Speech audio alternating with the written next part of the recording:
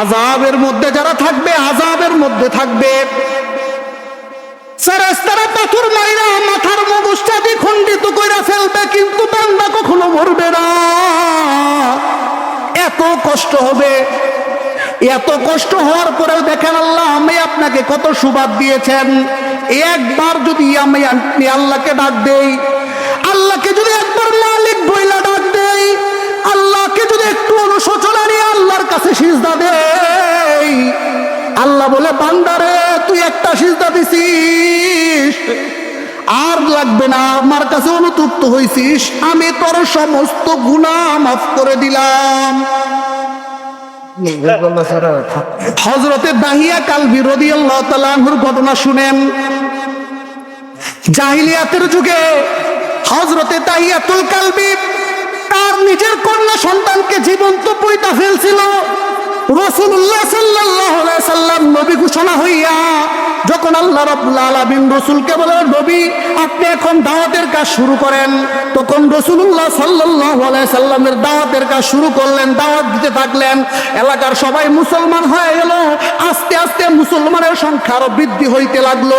এমনকি নবী আলাইহিস সালাম তখন বলতে লাগলো সাহাবীরা শুনো, এখন যে লা ইলাহা ইল্লাল্লাহ, যে একবার লা ইলাহা ইল্লাল্লাহ বলবে, আমি আল্লাহকে, আমি রাসূলকে নবী মানবে, আল্লাহকে আল্লাহ মানবে, একবার শুধু বলবে, পূর্ববর্তী যত গুনাহ আছে আল্লাহ সব ক্ষমা করে দিবে। হযরতে দাহিয়াতুল কালবি ফুফায়া ফুফায়া সাইডে কান্না করে। হযরতে দাহিয়াতুল কালবি ফুফায়া ফুফায়া সাইডে এত জোরে কান্না করতেছে। নবী আলাইহিস সালাম জিজ্ঞাসা করে, কে ভাই তুমি কি জন্য কাঁদতেছো? দাহিয়াতুল কালবি বলে, নবী আমার,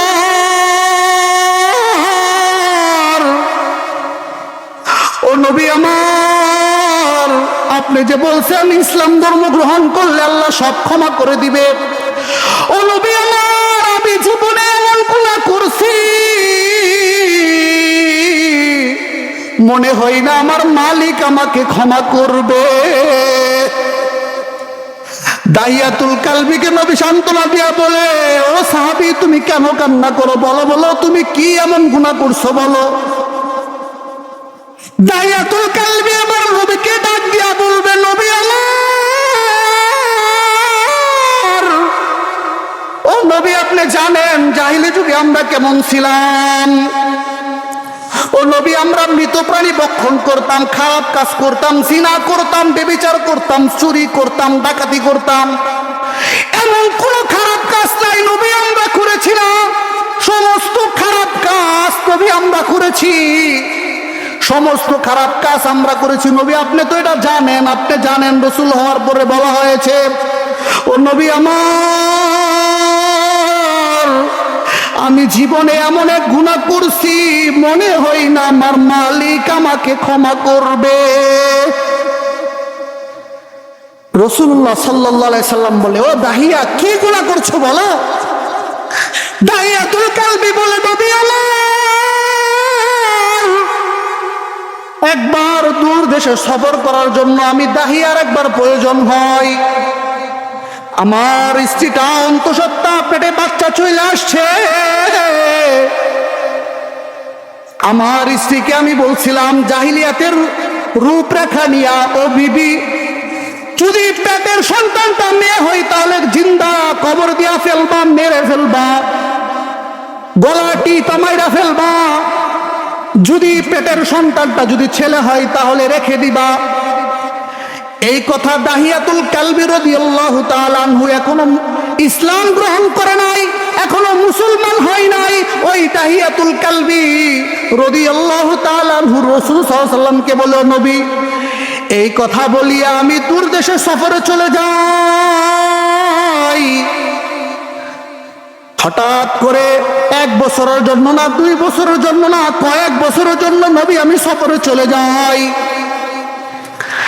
আমার স্ত্রীর গর্ভে সন্তান চলে আসলো, সন্তানটা প্রসব হয়ে গেল। প্রসব হয়ে যাওয়ার পরে সন্তানটা কন্যা সন্তান হইল। এত ফুটফুটে সুন্দর চেহারা, এমন একটা চেহারা সন্তান হইল। সন্তানটা দেখে আমার স্ত্রী বলল, পুরা বাবার মতো চেহারা হয়েছে, এত সুন্দর একটা কন্যা সন্তান, ফুটফুটে চেহারা, এমন কন্যা সন্তান মক্কা নগরীতে আর কারো হয় নাই। মনে হচ্ছে আকাশের চাঁদটা আমার কাছে আইসা আল্লাহ দিয়া গেছে। এমন একটা সুন্দর বাচ্চা আল্লাহ দাহিয়াতুল কালবিকে দিছিল। দাহিয়াতুল কালবি রসুলকে বলে, নবী আমার 1 বছর নয়, 2 বছর নয়, 3 বছর নয়, কয়েক বছর পরে রসুল আমি আমার বাড়িতে আইসা দেখি একটা ফুটফুটে সুন্দরী শিশু, একটা ফুটফুটে সুন্দরী বাচ্চা পিছন দিয়ে আমাকে জপড়ায় ধইরা বলে, আব্বু আব্বু আব্বু বইলা ডাকে, আব্বু বইলা ডাকে। দাহিয়াতুল কালবি এবার স্ত্রীকে জিগাই, বিবি আমার কার বাচ্চা এটা? বলে, স্বামী গো, এই বাচ্চাটা আপনারই। কবি কেন মেরে ফেললেন না? এটা তো মেয়ে সন্তান, কেন মেরে ফেলাওনি? এ তো কন্যা সন্তান। বলে, স্বামী গো, এটাকে রেখে দেন না। এই মেয়েটা আসলে এমন একটা মেয়ে, এত সুন্দর মেয়ে আল্লাহ কেউ রে দেয় নাই। এত সুন্দর মেয়ে আল্লাহ আপনার ঘরে দিয়েছে, মেয়েটাকে পারবেন না? স্বামীর কাছে অনুরোধ করলো। ও চাঁদপুরবাসী শুনেন, জাহিলিয়াতের শিক্ষা মানুষকে কতটুকু ধ্বংস করে দেয়। চাঁদপুরবাসী শুনেন, আজকে আপনি আমার সন্তানটাকে আমি আপনাকে ভার্সিটিতে পড়াচ্ছি, পড়ান, কোনো সমস্যা নাই। স্কুল কলেজে পড়ান, কোনো সমস্যা নাই। সন্তানটাকে দিনের বুঝটা দিয়েন, দিনের বুঝ দিয়েন। দিনের বুঝটা যদি না থাকে তাহলে সন্তান এমন খারাপ হবে, এমন খারাপ হবে যে বাপ মার কবরেও গুনাহগুলা জারি হয়ে যাবে। কোন গুনাহ কিন্তু মনে করেন সমস্ত গুনার দরজা বান্দার বন্ধ হয় না। সন্তান যদি ভালো হয়, সন্তানের আমলনামা থেকে সন্তান যদি দোয়া নাও করে, এই আমলনামাগুলা আল্লাহ রাব্বুল আলামিন অটো সিস্টেম করে তার বাবার কবরে পাঠায়। এবার দাহিয়াতুল কালবি নবীকে বলেন, নবী আমার আমি যখন আয়েশা দেখলাম আমার ফুটফুটে একটা কন্যা সন্তান হয়েছে, এরপরে আমার কোনো দয়া লাগলো না গো নবী। আমি দাহিয়ার কোনো দয়া লাগলো না গো নবী, আমার কোনো দয়া লাগলো না। আমি মনে মনে ফোন দিয়ে আঁকলাম, কি করা যায় এখন?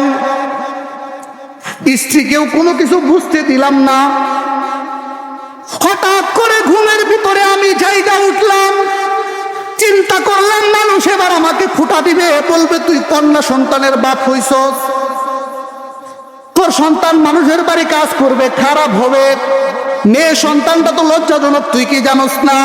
নফস আমাকে ধোঁকা দিতেছিল, নফস আমাকে এমন ধোঁকা দেওয়া শুরু করলো। নবী আপনাকে কি বলবো?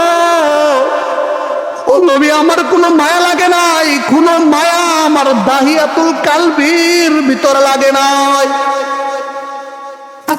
আমি দাহিয়াতুল কালবি ঘুমের ভিতরে উঠে পড়লাম, বড় একটা রশি নিলাম এবং একটা খন্তা নিলাম, যেটা দিয়াম মাটি খুঁড়ার কাজ হয়, মাটি খুঁড়ে। ও চাঁদপুরবাসী শুনেন, দেখেন দিনের বুঝ না থাকলে কেমন হয়। দাহিয়াতুল কালবি রাদিয়াল্লাহু তাআলা আনহু নবীকে ঘটনা বর্ণনা করে, নবী আমার রাতের বেলা খন্তা এবং বড় একটা রশি নিয়া আমি মক্কার মরুভূমিতে গেলাম। উত্তপ্ত, এখনো উত্তপ্ত হয় নাই, আমি মরুভূমিতে গেলাম রাতের অন্ধকারে। রাতের অন্ধকারে আমি মরুভূমিতে যাইয়া খন্তা এবং রশিগুলা লাইকা ফিরে আসলাম। যখন সকাল হয়ে গেল, সকালবেলা আমি আমার স্ত্রীকে বুঝ দিলাম, ও আমার প্রিয়তমা স্ত্রী, অনেক দিন দূর দেশ থেকে আসলাম, অনেক দিন সফর করে আসলাম, আমার বন্ধুর বাড়িতে যাব, আমার মেয়েটাকে একটু সাজায় দেও না। রসুলকে ঘটনা বর্ণনা করে দাহিয়াতুল কালবি। আমার স্ত্রী কিছু না বুঝে আমার সন্তানটা